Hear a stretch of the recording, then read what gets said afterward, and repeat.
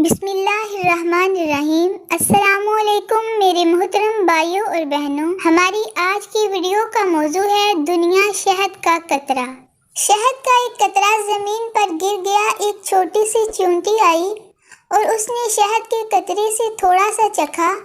اسے بہت مزہ آیا۔ اس نے کسی کام کے لیے جانا تھا۔ جب وہ جانے لگی تو شہد کا مزہ اس کے منہ میں مزید پانی لانے کا سبب بنا اور اس کا منہ بھر آیا۔ کیا زبردست اور مزیدار شہد ہے، کتنا میٹھا ہے، آج تک میں نے ایسا شہد نہیں کھایا۔ وہ واپس لوٹی اور شہد میں سے تھوڑا سا اور چکھ لیا۔ اس نے دوبارہ جانے کا ارادہ کیا مگر اس نے محسوس کیا کہ یہ تھوڑا سا شہد کھانا کافی نہیں ہے، اسے اور کھانا چاہیے۔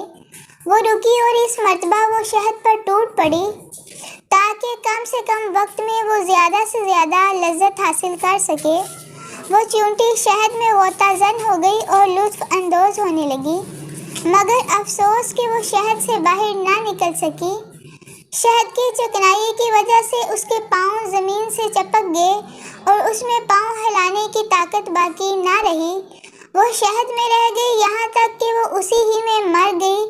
اس کی لذت اندوزی نے شہد ہی کو اس کی قبر میں تبدیل کر دیا۔ ایک دانا کا قول ہے، دنیا شہد کے ایک بہت بڑے قطرے کے سوا کچھ نہیں، پس جو بھی اس قطرہ میں سے تھوڑا سا بقدرے کفایت کھانے پر اکتفا کرے گا وہ نجات پائے گا، اور جو بھی اس شیرینی میں غوطہ زن ہو گیا ہلاکت اس کا مقدر بن جائے گی۔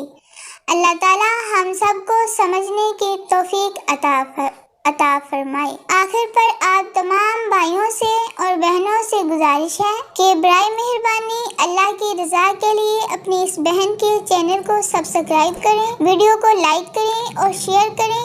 اللہ تعالیٰ آپ کو بہترین جزا عطا فرمائے۔ آمین ثم آمین۔ اللہ حافظ۔